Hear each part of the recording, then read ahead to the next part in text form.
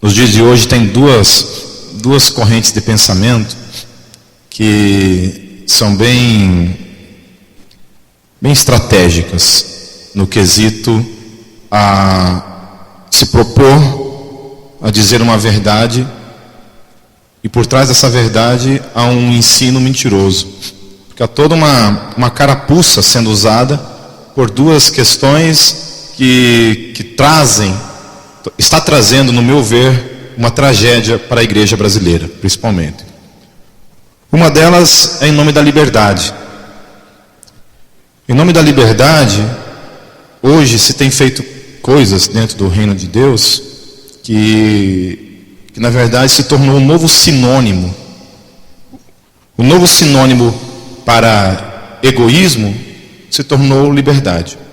Então, em nome da liberdade, as pessoas hoje propagam o egoísmo de todas as formas. Então, ser livre é ser egoísta. Ser livre é ser egoísta. Esse é o sinônimo. Então, a pessoa hoje, quando ela quer fazer algo que denote algo que ela tem vontade, ela usa a liberdade como argumento para isso. Então, você vê muita gente falando em nome da liberdade para propagar o egoísmo. Então, é a disseminação do egoísmo. Dentro da fé cristã, a fé cristã sempre navega contrário a isso. Eu gosto muito do que o pastor Tom uma vez disse aqui na Gólgota. Ele falou assim: nós fomos chamados para ser livres, para ser escravos de Cristo.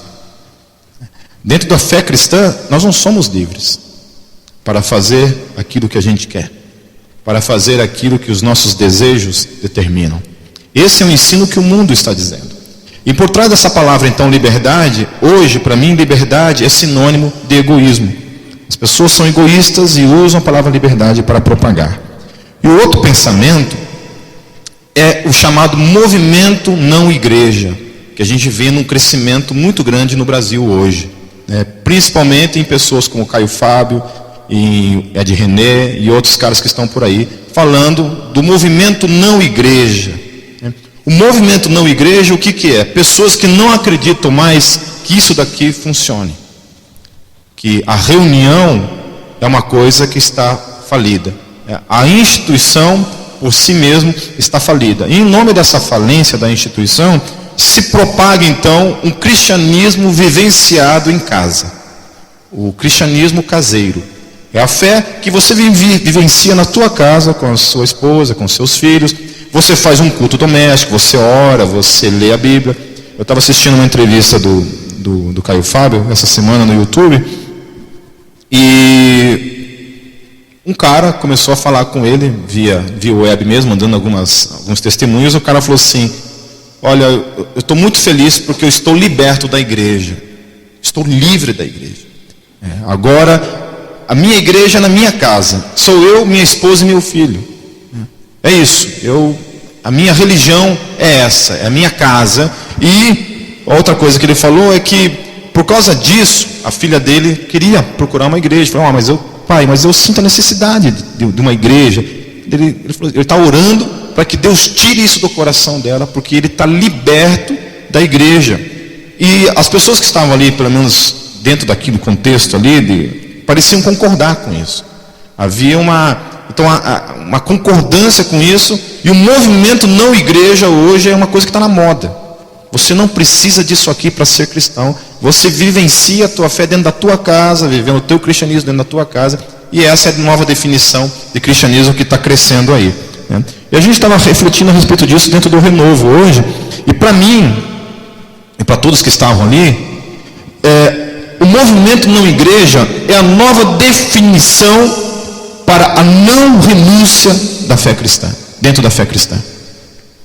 É a nova definição que se criou para uma pessoa não viver mais uma vida de renúncia dentro do reino de Deus. Porque para mim, um cara que não está disposto a engolir os sapos do relacionamento dentro daquilo que a gente chama de igreja, das não concordâncias com tudo aquilo que ele crê, a estar disposto a vivenciar com as diferenças, com os contrários, com o servir. Porque como é que esse negócio, servir esposa e filho, até o diabo serve. Todo mundo é crente dentro das quatro paredes da sua casa. Eu quero ver você ser crente nisso aqui, onde nem sempre as coisas são conforme eu desejo, conforme eu quero. Aliás, na maior parte das vezes não é assim. Então hoje o movimento não igreja, para mim, é uma baita de uma desculpa que muitos crentes estão encontrando para viver uma vida não centrada mais na renúncia. Porque você quer vivenciar uma vida de renúncia? É isso aqui, cara. É isso aqui, uma vida de serviço. Então eu fico pensando, tá bom, eu vou estudar teologia, eu vou no seminário e vou ser pastor dentro de casa. Só minha esposa e meu filho vão receber isso. Eu vou ser um evangelista, evangelizo, prego o evangelho, levo essas pessoas para onde?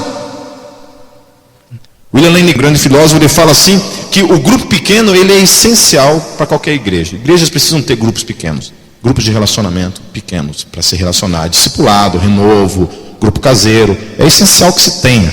Porém, o grupo caseiro não supre a necessidade absoluta do reino de Deus. Ele supre uma necessidade pequena.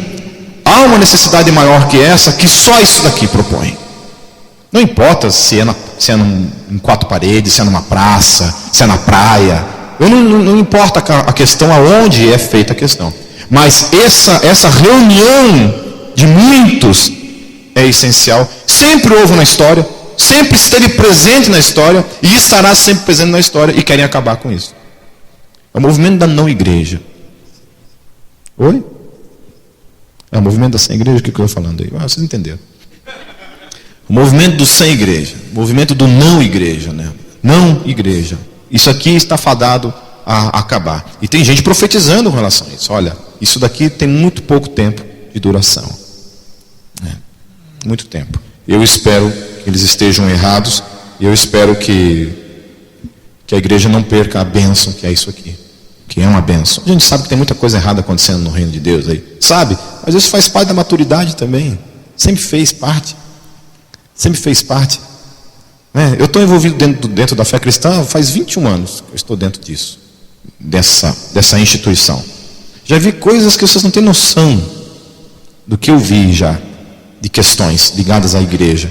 Cara, isso aqui não, em nenhum momento me rouba ser apaixonado por isso. A reunião dos crentes. Esse negócio de chegar aqui, arrumar as cadeiras, limpar o chão, limpar o banheiro, né, servir, diáconos servindo, pastores servindo, intercessores orando ali, essa movimentação que acontece naquilo que a gente chama igreja. Como é que vai vivenciar essa movimentação dentro da minha casa apenas? É muito fácil. Eu querer abraçar, beijar minha esposa e meu filho, isso qualquer um faz. Alguns nem fazem isso, né? Nem isso não faz. Beijo até o cachorro, mas não beijo esposa e filho, né? Tá certo? Então, para mim, a nova definição de liberdade que você tem aí, para mim, é sinônimo de egoísmo. E para mim, a nova definição de não igreja que você tem aí, para mim, é uma nova definição que se encontrou para se viver a não renúncia dentro do reino de Deus. Porque estar numa igreja é viver uma vida de renúncia. Amém? Domingo passado, ou retrasado, eu tratei uma questão com relação a provar da fé cristã. Provar, melhor dizendo, da vontade de Deus na sua vida. A fé, ou seja, a vontade de Deus, ela só pode ser vivenciada por meio do ide. Quando eu vou em obediência àquilo que Deus me deu como revelação, como chamado, em obediência a isso, a vontade de Deus então se manifesta na minha vida de uma maneira prática. Então, a vontade de Deus só pode ser experimentada por meio da praticidade. A vontade de Deus não pode se manifestar por meio apenas da reflexão, por meio apenas de um conhecimento. Enquanto eu não transformar essa reflexão, esse conhecimento, esse chamado em movimentação, a vontade de Deus na minha vida nunca será manifesta. Uma vez, um pastor falou que ele estava num lugar e um profeta entregou uma profecia para ele e falou assim: olha, eu te vejo indo, pregando o evangelho por todo mundo. Por todo mundo eu te vejo pregando o evangelho para todo mundo. E o cara que estava junto com ele, também pastor, falou assim: olha, eu vejo você também fazendo uma grande obra, também indo por aqui, por lá, e pregando o evangelho para todo o mundo. Aliás, esse cara não era pastor, os dois não eram pastores até então. E 20 anos depois, eles se encontraram. E esse cara então chegou para um e falou assim: cara, lembra 20 anos atrás, quando aquele profeta entregou uma profecia para você, para nós dois, dizendo que Deus ia fazer isso na nossa vida? Pois é, cara, tudo isso aconteceu na sua vida. Olha onde você está hoje. Na minha vida não aconteceu nada daquilo que foi dito. Por que não aconteceu? Esse pastor então, conhecido no mundo inteiro, tinha pregado o evangelho para todo mundo, que é o pastor Caio Fábio, chega e fala para eles assim: há uma diferença entre eu e você. Naquele dia, quando eu ouvi o que Deus queria para a minha vida, eu fui na praticidade disso, manifestar isso na minha vida, eu fui em busca disso. Você não, você ficou sentado esperando a vontade de Deus se manifestar na sua vida. Então há uma diferença muito grande: receber um chamado e você atender o chamado, e você receber um chamado e ficar sentado e nunca sair para o cumprimento dele. Pessoas que se propõem a ficar paradas, esperando a vontade de Deus se cumprir na sua vida, nunca verão a vontade de Deus de maneira manifesta. Eu já vi coisas na minha vida que Deus manifestou, mas só manifestou porque fui. Se eu tivesse ficado sentado, até hoje eu estava lá em Foz do Iguaçu, sendo sei lá o quê, se eu estivesse vivo ainda. E em nome dessa reflexão, eu quero trazer um texto que C.S. Lewis, ele fala no livro Milagres. Ele fala assim: a afirmação de que só quem faz a vontade do Pai conhecerá a verdadeira doutrina é filosoficamente precisa. A imaginação pode nos ajudar um pouco, mas na vida moral e devocional mais ainda, tocamos em algo concreto que começará imediatamente a corrigir o vazio crescente da nossa ideia de Deus. Um só momento de sensibilidade contrita ou de gratidão poderá nos tirar, de certa forma, do abismo da abstração.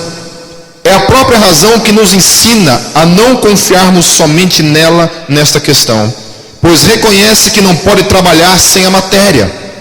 Quando se torna claro que você não pode descobrir, através do raciocínio, se o gato está ou não no armário, a própria razão lhe sussurra: vai lá e veja.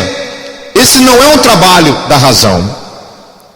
É uma questão para o toque, para o pegar, para o provar. Ou seja, a matéria, para corrigir na sua concepção abstrata de Deus, não pode ser fornecida apenas pela razão. Ela será a primeira a mandá-lo fazer a experiência. Prove e veja.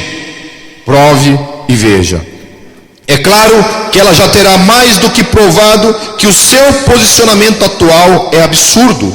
Enquanto permanecemos como caramujos eruditos, podemos esquecer que, se ninguém jamais tivesse visto mais de Deus do que nós, não teríamos razões nem sequer para acreditar que Ele seja imaterial, imutável, impassível e tudo mais. Até aquele conhecimento negativo que nos parecia tão razoável não passará de uma relíquia que sobrou do conhecimento positivo de pessoas melhores. Não passará de marcas que uma onda gigante deixou na areia depois de ter batido em retirada. Eu sei que entender C.S. Lewis é um desafio. A mente de C.S. Lewis funcionava a 10 anos-luz da nossa mente. Foi, para mim, a maior mente que nasceu dentro do cristianismo. Depois de Jesus, não tem comparação. C.S. Lewis é o cara. Amém? Depois dele vem eu, mas antes vem ele. O que C.S. Lewis está falando aqui é que o que a Bíblia revela é um Deus experimental, um Deus que é experimentado. Não é um Deus que se revela apenas em palavras. É um Deus experimental, que você pode experimentar. Então você vê lá, quando os apóstolos, quando os profetas falam de Deus, eles falam de algo que eles definitivamente conhecem. E conhecem de modo palpável, de modo concreto, e não de modo abstrato. Porque é isso que acontece. Hoje nós temos uma igreja que tem muita pouca experiência mística com Deus. Pouquíssima, se é que tem. Muito pouco de provar Deus na vida, de sentir mesmo. Eu sei que a nossa vida não tem que ser movida por arrepios, por essas concepções que a gente vê por aí. Eu sei que não é nada disso. Mas também há um lado da fé que precisa ser experimentado. Que eu não posso viver um cristianismo dizendo assim: olha, eu conheço o irmão lá que um dia ele viu algo, porque ele experimentou algo. Eu conheço um outro irmão lá que também, olha, na vida daquele cara, o ministério do cara fluiu. Tem um outro irmão que eu conheço lá que também está acontecendo isso na vida dele. Um outro irmão lá que está acontecendo isso na vida dele. A fé cristã não pode ser na minha vida um tipo de realidade parecida com isso. Tem que ser. Eu tenho experimentado Deus na minha vida. Quando eu falo que não tem ateu que me convença do contrário, é porque nenhum raciocínio lógico pode roubar a experiência daquilo que eu vi, daquilo que eu experimentei. Cara, então me prove isso, não tem como. Dentro daquilo que a gente chama de testemunha ocular, testemunha experimental, tem questões que não são apenas de chegar e mostrar para ver. Quando você diz que viu uma pessoa sendo atropelada, o cara passou o sinal vermelho e atropelou aquela pessoa, o teu testemunho é válido. Como é que você vai provar isso? Tem como provar? Não tem como. Se não tem ninguém filmando, ninguém tirou uma fotografia ali, se o semáforo não pifou na hora e parou no sinal vermelho ali, você não tem como provar isso. Agora, isso aconteceu ou não aconteceu? Aconteceu. E dentro da fé cristã é isso. Nós precisamos experimentar Deus como algo real, não apenas como uma ideia. Eu não estou eliminando a ideia, pelo contrário, vocês me conhecem, sabem do que eu estou falando. Alguém mais ligado à ideia, ao pensar, a questões de filosofia, sou eu. Amo isso, mas tem um outro lado em mim que isso não pode substituir.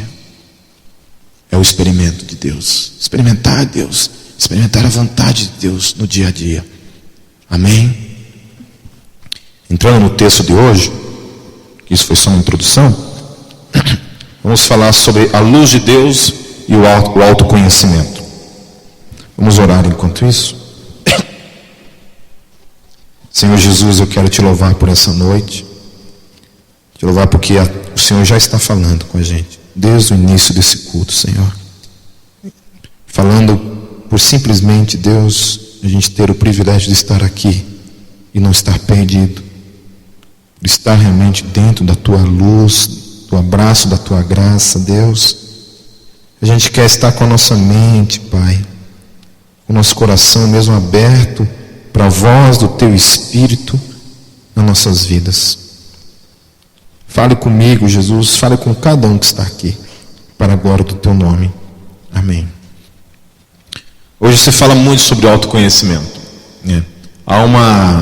De certa forma, há uma invasão de uma psicologia dentro da igreja. Eu sou um cara que leio muito questões de psicologia também, não é uma questão que eu estou reprovando isso, mas estou dizendo que hoje o autoconhecimento ele é uma questão muito complicada dentro da igreja, porque o autoconhecimento ele tem servido para uma única coisa, trazer reflexões, trazer mudanças em algumas áreas da vida, mas tem um lado do homem que é intocável, que não toca, não tem psicologia que toque, não tem divã que toque, não tem consultas em psicólogos, em psiquiatras que solucionam o problema, que diz respeito ao caráter humano, diz respeito às questões do meu e do teu caráter.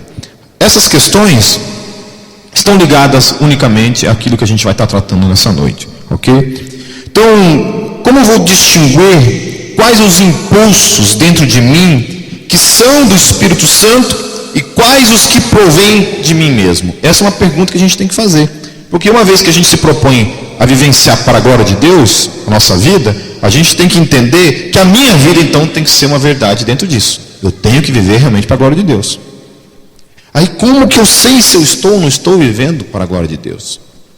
Primeira coisa, eu preciso ter o meu secreto com Deus. Sem esse secreto com Deus, não há o que se manifestar. Quando eu falei dessa questão da praticidade, a praticidade começa lá no secreto. Esses profetas, quando eles saem do secreto, eles saem para mudar o mundo. Saem para revolucionar o mundo. Ok? A gente não tem secreto e quer sair fazer o quê? Nada para ser feito sem isso. O meu ministério, o meu casamento, a minha paternidade, a minha filiação, tudo que diz respeito a mim mesmo começa no meu secreto com Deus. Quando eu estou nesse lugar, que é um lugar secreto mesmo, lá, a minha porta fechada, de joelhos, do lado da minha cama, orando, falando com o papai, Isso é poderoso. Isso é muito poderoso. Eu e a Kátia, às vezes que a gente passa pelos nossos invernos dentro do casamento, e quantas vezes a gente se propôs a fazer essas autoavaliação, né? De autoconhecimento, de sentar um na frente do outro. O que está errado? Está errado isso. O que você não gosta em mim? Isso, né? Geralmente a lista dela é quilométrica, né? Geralmente tem umas 10 páginas, né? A minha só tem uma, né? Só tem uma, geralmente. Mas a dela tem umas 10 páginas, né? E vai. Então, para quem é casado sabe o que eu estou falando, né? As mulheres de hoje exigem, ou a gente é um bando de pangaré mesmo, vagabundo, não vale nada, entendeu? Ou sei lá o que aconteceu com os homens de hoje, né? As exigências para com a gente hoje tá, né? Primeiro de tudo porque referência de homem hoje em dia é gay, né? E você tem que ser um gay macho, entendeu? Você tem que ser sensível, né? Aquela coisa, entender a mentalidade de uma mulher, mas ao mesmo tempo você tem que ser homem. Então é uma coisa muito confusa na nossa mente como homem hoje, ser homem, entendeu? É muito difícil esse negócio de ser homem hoje, entendeu? Para mim, pelo menos, tem sido muito difícil definir essas questões. Isso, deixa os que se enganem aí, né? Deixa os enganados aí. E é sobre essa questão dos enganados que a gente vai falar. Vocês ficaram tirando sarro de mim, é sobre vocês, hipócritas, que eu quero falar. Salmo 36, abra lá em Salmo 36, no versículo 9, diz assim, no versículo 9: pois em ti está a fonte da vida, graças à tua luz vemos a luz. Então tem momento dentro do casamento, daquilo que eu estava falando para a Kátia, né? Nessas nossas conversas, tem um momento que eu falo assim: amor, peraí, tudo bem, tudo bonito, isso, lindo, você apontou os 10 páginas de defeitos na minha vida, eu apontei só uma coisinha, né? Que você não me ama mais como amava antes, né? É a única questão. Mas dentro disso, tem uma questão que a gente está se esquecendo aí. Entendeu? Tudo isso que foi apontado não serve para absolutamente nada sem Deus. Se Deus não estiver no coração, no centro da nossa vida como casal, a gente vai estar. Foi só uma informação, tá? Sei das 10 páginas, só que essas páginas tendem a aumentar, vai para 20. Próxima conversa vai para 30. Quando Deus é o centro da nossa relação, quando a gente é um casal que se propõe mesmo a dobrar os joelhos, orar, buscar a face de Deus todos os dias, aí sim a gente encontra força para mudança. Porque senão é só autoconhecimento. É só um conhecimento, uma informação que trouxe para mim a respeito das minhas falhas e nada mais. A mudança só pode ser proporcionada pela luz de Deus na minha vida. Então a gente vê o salmista dizendo: pois em ti está a fonte da vida, graças à tua luz vemos a luz. É a luz de Deus em mim que me faz enxergar a luz. Porque senão, sabe o que fica? Aquela disputa de poder, né? Aquela disputa de poder. Mulher sabe como dominar o marido, sabe as ferramentas, as armas. Se não sabe, precisa aprender. Minha esposa sabe, poderosa, é a ninja lá, é o She-Ra, só que eu sou He-Man também, então o bicho pega, né? Lá em Salmo 139, está um delay nesse microfone aí. Vejam que eu estou no além pregando hoje à noite.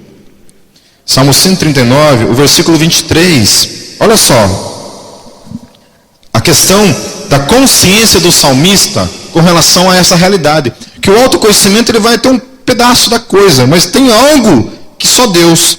O salmista diz assim: sonda-me, ó Deus, e conhece o meu coração, prova-me e conhece as minhas inquietações. Agora é interessante isso. Quem é que sonda? Deus.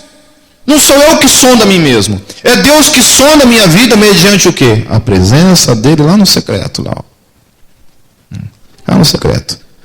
Eu lembro que antes de eu vir para Cristo, antes de Cristo me chamar, me trazer para Ele, eu lembro que quando eu não tinha noção de muita coisa na minha vida. Eu sabia que devia ter alguma coisa errada, mas não entendia direito o que era.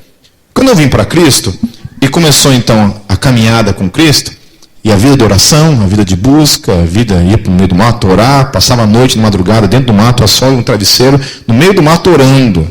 Eu acho que eu não estava sozinho, né? Sozinho nem a pau, jacaré. Mas rodeado por umas 100 pessoas, bem no meio assim, nem na ponta não ficava bem no meio lá. Agarrado assim, uma lanterna. Né? Então, ia pro meio do mato orar, às vezes, em um grupo de 2, 3 pessoas, no meio do mato orar, a gente ficava ouvindo os vultos, os barulhos ali, né? Aí a gente orava com mais fervor ainda, né? E ali no mato, orando, Deus trazia luz. Ou no secreto com Deus, lá no quarto, a luz de Deus vinha. E aí eu comecei a ver coisas em mim que eu não conhecia. Coisas em mim que eu não tinha a mínima noção de que estavam aqui dentro. Eu estava ali, vivendo a minha vida e não sabia que elas estavam ali presentes o tempo todo. Quem sondou o meu coração?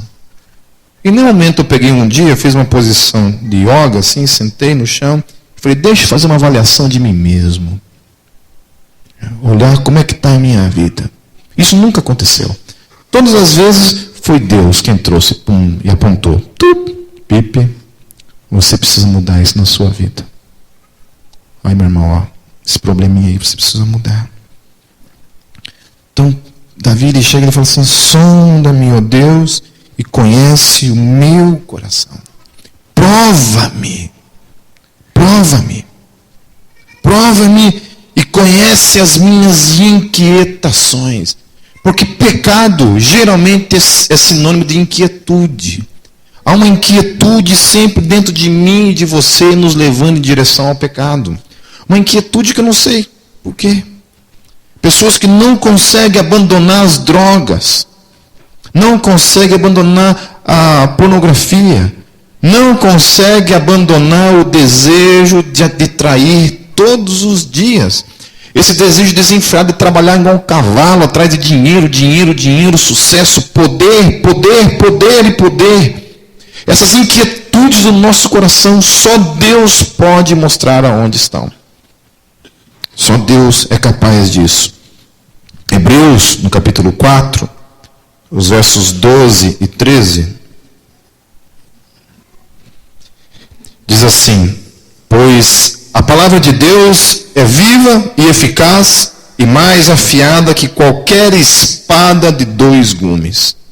Ela penetra ao ponto de dividir alma e espírito, juntas e medulas, e julga os pensamentos e intenções do coração. Nada em toda a criação está oculto aos olhos de Deus. Tudo está descoberto e exposto diante dos olhos daquele a quem havemos de prestar contas. Então, uma vez que eu não estou vivendo uma vida dentro do secreto, de busca de Deus, há um probleminha aí. Há um probleminha. E aquilo que o Otmani ele fala, a nossa derrota não consiste em estarmos errados, mas em não sabermos que estamos errados. Então, às vezes, por falta de secreto, por falta de luz, por falta de contato com a palavra, a gente pode estar vivendo no erro o tempo todo sem saber. Então, o problema não é apenas estar no erro, claro que é um problema, eu estar no erro, mas não saber que está no erro por falta de luz, por falta de intimidade com o Espírito Santo mesmo. Intimidade com Deus, no secreto com Deus, isso é um problema. E é um problema da geração que está aí. Então é uma geração que sai, faz tudo o que é caca e não sente culpa de absolutamente nada, porque tudo se tornou comum. Em nome do quê? Da liberdade. Viva a liberdade cristã. Então está lá. Agora, por que essas mesmas pessoas que estão vivendo essa liberdade não conseguem depois chegar na presença de Deus? Porque depois o que acontece, né? Uma vez que o pecado é concebido, eu não consigo levantar nem minhas mãos, nem meus olhos, porque o pecado vem. Aí quando eu vou para a presença de Deus, a presença de Deus manifesta a luz e me leva então à consciência daquilo que está errado na minha vida. Ou seja, somente autoconhecimento não tem como. Você quer saber se a tua vida está legal ou não está legal? Não pergunte para o teu pastor. Não pergunte para o teu discipulador. Pergunte para ele. Vá para a presença de Deus. Se encha do Espírito Santo de Deus. Domingo passado eu falei a respeito do andar no Espírito, né? Aliás, eu falei sobre um corpo de Cristo. No domingo retrasado eu falei sobre andando no Espírito, né? Eu e você precisamos aprender esse negócio de andar no Espírito. Porque esse negócio de andar no Espírito é um mistério para muita gente. Ser movido por Ele, direcionado por Ele, ter a luz dEle todos os dias na minha vida.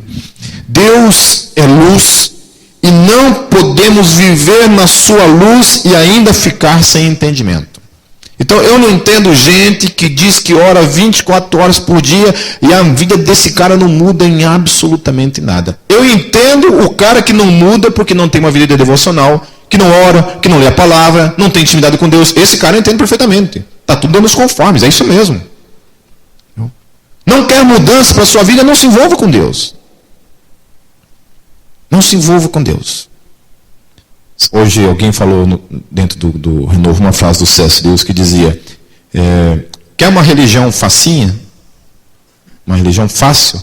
Não procure o cristianismo. Procure outra coisa para a sua vida. C.S. Lewis disse isso. Não tem. Sem a luz não há vida. O Salmo 43, no verso 3, diz assim: envia a tua luz e a tua verdade, elas me guiarão e me levarão ao teu santo monte, ao lugar onde habitas. Quem que leva? Deus. É a luz de Deus. Não tem cristianismo sem luz. Cristianismo sem a luz de Deus na nossa vida é impossível de ser vivenciado. Aquilo que trata, que mostra, que traz à tona o meu pecado, a minha conduta, o meu caráter, é a luz de Deus. Então, quanto mais eu fujo dela, melhor para o diabo. Melhor para a minha carne. Quer mudança? Vai para a luz. Pergunte mesmo, Deus, qual é a tua vontade para a minha vida? Manifesta, Senhor. Aí entra dentro disso. Se eu quero a verdade de Deus, a vontade de Deus manifesta na minha vida, ela precisa ser experimentada. E ela começa pela luz. Porque sem luz você não sabe nem o que Deus quer. Quanta gente a gente escuta: eu não sei o que Deus quer na minha vida. Está orando? Não. Vai saber quando? Está achando que vai vir um ganso, uma cegonha, alguma coisa, um bicho do céu com um cartazinho escrito assim: Jesus tem uma vontade da sua vida. Está esperando um profeta aparecer e falar que Deus tem uma grande obra para fazer na sua vida? É isso?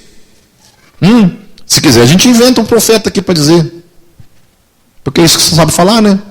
O profeta de Deus sabe dizer isso. Deus tem uma grande obra para fazer na tua vida. Ponto. O que mais, irmão? E amanhã o que vai acontecer? Não sei. Só sei que Deus tem uma coisa para fazer na vida.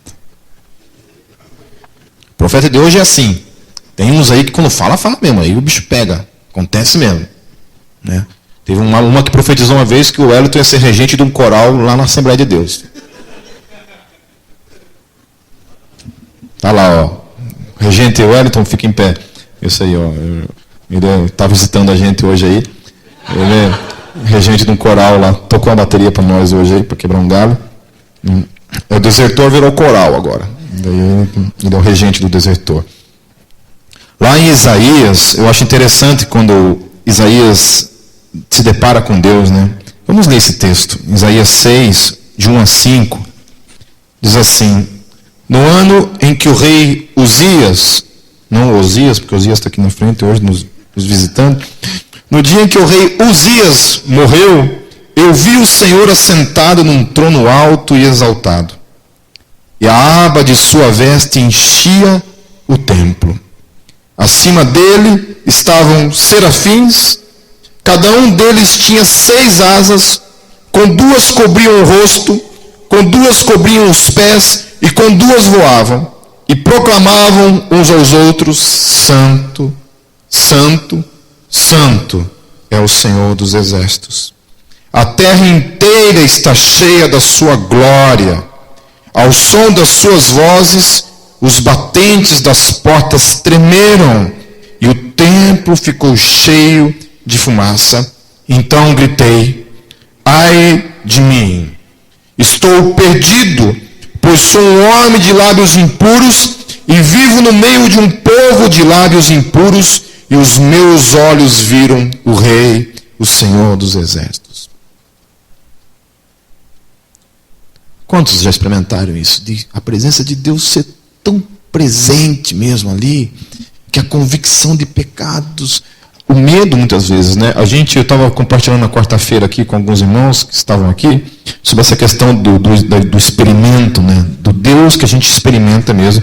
E eu falei das experiências que a gente teve como igreja, pelo menos em 2 ocasiões que eu me lembro. Uma vez lá na Zadoquinha e outra vez aqui nesse lugar. Uma vez nós estávamos lá na Sadoquinha e ninguém programou isso. Ninguém falou assim, olha, hoje a gente vai fazer o bicho pegar. Hoje vai acontecer isso. Não existe uma programação. A gente vem para cá e fala, Espírito Santo, que é teu. Manifesta o que o Senhor quiser. Não. Só o diabo, você não tem vez aqui. Se quer manifestar alguma coisa, manifesta naquele portão para fora. Aqui, a glória do nosso Deus. Que demônio não dá show. Em 10 anos de ministério, nunca tivemos uma possessão demoníaca em um culto da Gólgota. Nunca. Por quê? Por quê? Porque quem dá show aqui é Deus. Demônio não dá show aqui. Só faltava se manifestar. Então é agora. Só faltava aí levantar um aí, né? Segura a onda aí, bicho. Acabar a café. 10 anos, então é hoje, né? Segura aí o Exu aí, galera. Lá fora você libera ele. Em Cristo, então, ali, quando Isaías se depara com a glória de Deus, Isaías, eu estava falando dessa experiência, deixa eu já estava mudando de assunto aqui. Estava falando dessa experiência, a gente estava na Sadoquinha uma vez lá, e durante o momento do louvor ali, para quem estava lá, se lembra disso. Acho que o Osias, o Ângelo, o Borne, quem estava lá, o Vandão, estava lá, a galera que estava lá, se lembra do que eu vou falar. Teve um culto lá, que a gente estava no louvor assim, e literalmente, a Liz e o Moito também estavam lá. Literalmente, a glória de Deus desceu naquele lugar. Uma nuvem desceu naquele lugar. Eu estava tocando guitarra e eu lembro assim que aquilo veio e eu me encostei na parede assim, porque eu comecei a cair e eu achei que eu ia morrer. Não sei se o Pinguim e a Fernanda lembram disso. Eu achei que eu ia morrer e eu comecei a ficar com muito medo. Eu falei, Deus, para que você está me matando. Entendeu? Muito medo mesmo. E quando eu abri meus olhos, eu via literalmente uma nuvem assim. Eu não conseguia enxergar as pessoas. Eu via uma nuvem assim, como se eu tivesse entrado um sereno dentro da comunidade assim, né? E naquela hora ninguém falou absolutamente nada. A igreja inteira se prostrou e caiu de joelhos. A igreja inteira caiu de joelhos, de boca no chão e começou a chorar na presença de Deus. Ninguém falou nada. Ninguém falou absolutamente nada. Agora, joelhem-se. Agora chorem. A glória de Deus se manifestou. E veio. E aquele dia foi um dia que eu fiquei com muito medo. Muito medo, que eu achei que Deus ia me matar aquele dia. Eu falei, Deus, chega. Para, que está me matando.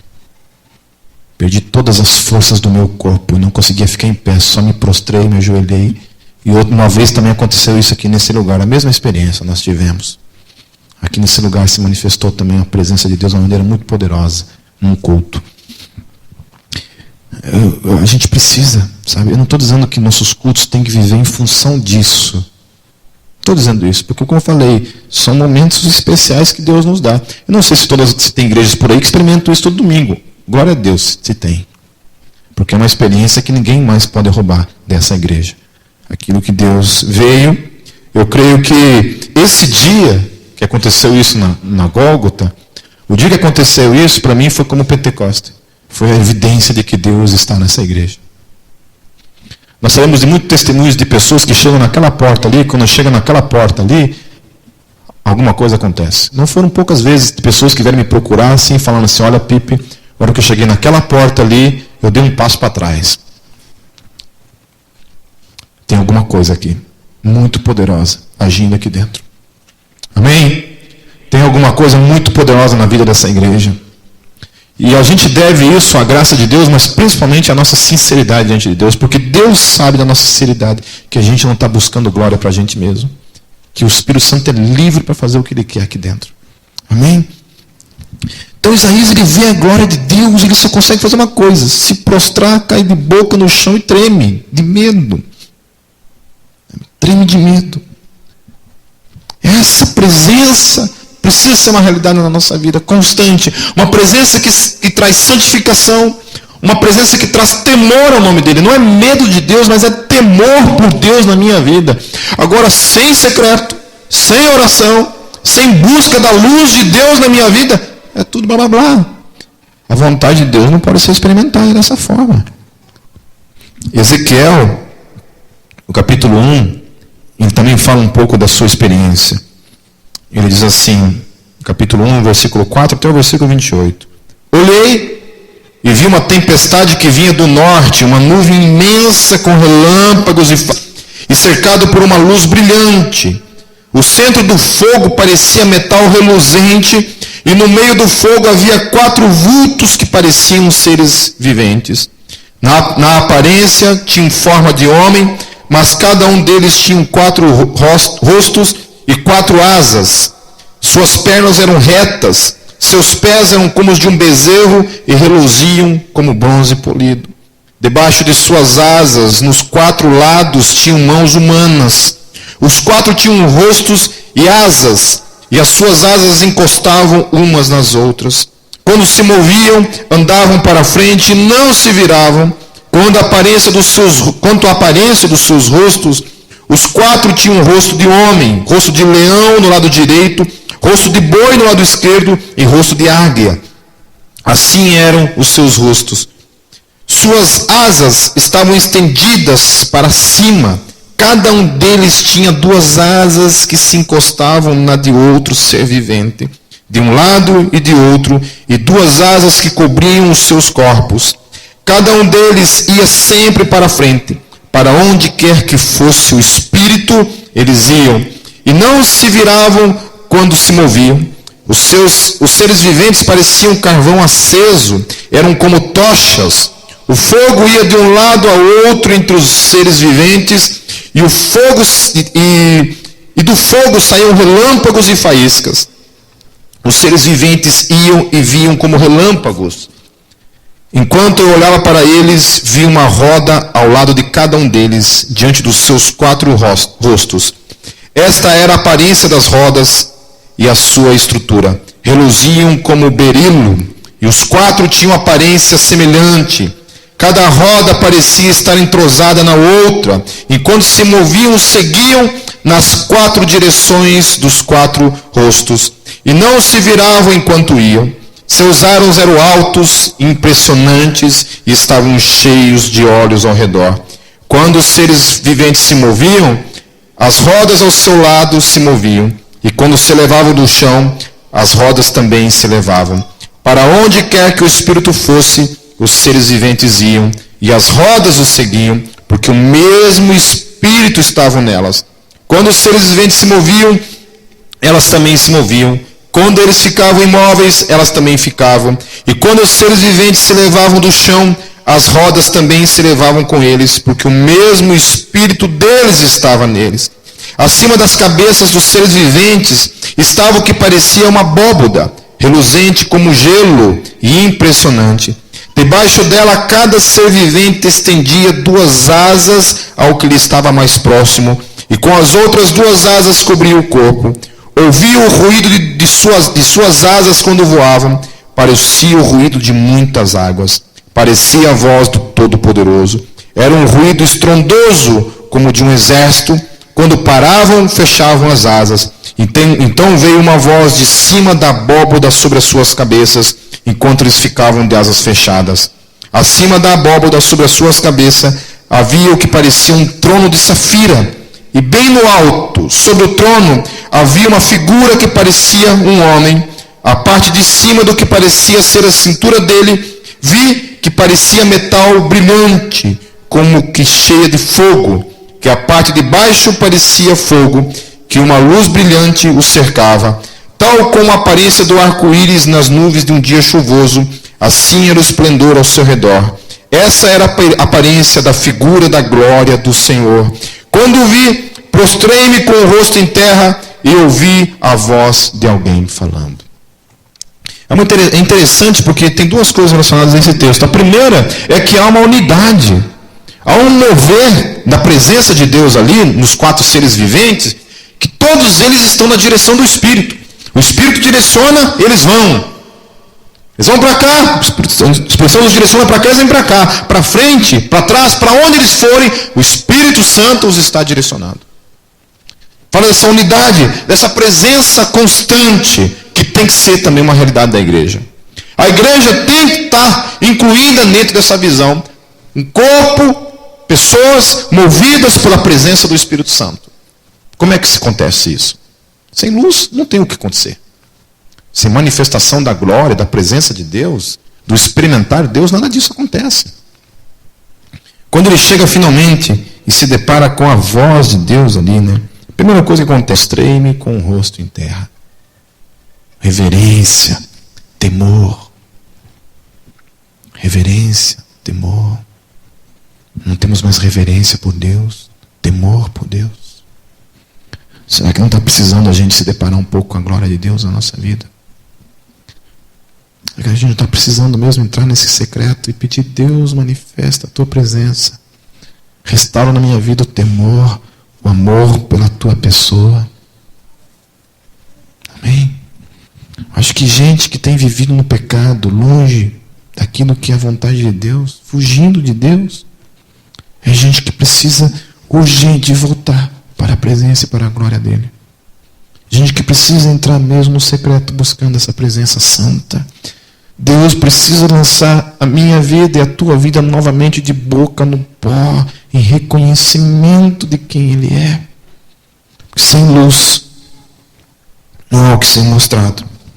Em João 1, 4 e 5, para encerrar, nele estava a vida, e esta era a luz dos homens. A luz brilha nas trevas, e as trevas não a derrotaram. Nós precisamos de luz na minha vida, nós precisamos de luz na tua vida, nós precisamos de luz nas nossas vidas.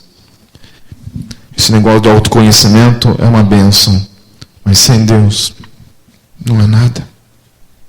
Sabe, quer saber como está a tua vida mesmo? Vai para a luz, que a luz dele vai te mostrar. Toda vez que eu vou para lá, ele me mostra coisas que não é legal, que precisam ser mudadas e transformadas. Quanto mais longe da luz dele eu estou, mais podre eu fico. A gente é meio que parecido com um porquinho, né, cara? Você tira da lama assim. Tem um novo porco, uma nova espécie de porco aí, não sei se é nova, se é velha, qual que é, mas tem uns porcos de estimação agora, né, que são muito bonitinhos, cara, lindos. Até eu dei vontade de comprar um porquinho, tem em casa. É tão bonitinho que são os porquinhos, né? Mas a gente sabe que porco é o seguinte, cara, gosta de lama, gosta de sujeira. Não. Essa natureza suína, gogotana, precisa terminar, morrer na nossa vida, em nome de Jesus. Esse desejo, sabe, precisa morrer, mas não morre por mim mesmo, não morre por vocês. Eu posso fazer para vocês os 10 passos para não pecar. É tudo lorota. Livro dos 10 passos do sucesso é tudo lorota. Sucesso na vida começa na presença de Deus dentro do nosso secreto. É todo sucesso e poder que a gente precisa na nossa vida, no nosso secreto com Deus, lá no nosso cantinho, lá. Vou falar uma coisa aqui e vou repetir. Uma das coisas que me geraram talvez o maior desconforto que eu tive na minha vida cristã foi quando morreu um pastor da igreja quadrangular lá de Foz do Iguaçu. Quando esse cara morreu, na hora de vestirem ele, verificaram uma coisa no joelho dele que era impressionante e que se tornou então uma notícia na cidade por causa disso. Esse homem mais ou menos tinha um calo em cada joelho de uns 2 ou 3 centímetros de altura, assim. Uma coisa impressionante. Sabe por que isso? Porque gastava 6 horas de oração por dia. 6 horas de oração. Presença de Deus. Presença de Deus. Não estou dizendo que você vai orar 6 horas por dia. Não precisa orar 6 horas por dia. Mas também não é nada, né?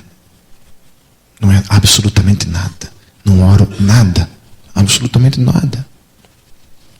E eu quero ver manifestação da presença de Deus. Eu quero sair das trevas. Quero encontrar luz. Encontrar a vontade de Deus para a nossa vida. Só na luz dele. Nenhum autoconhecimento vai te trazer isso. Só Ele pode.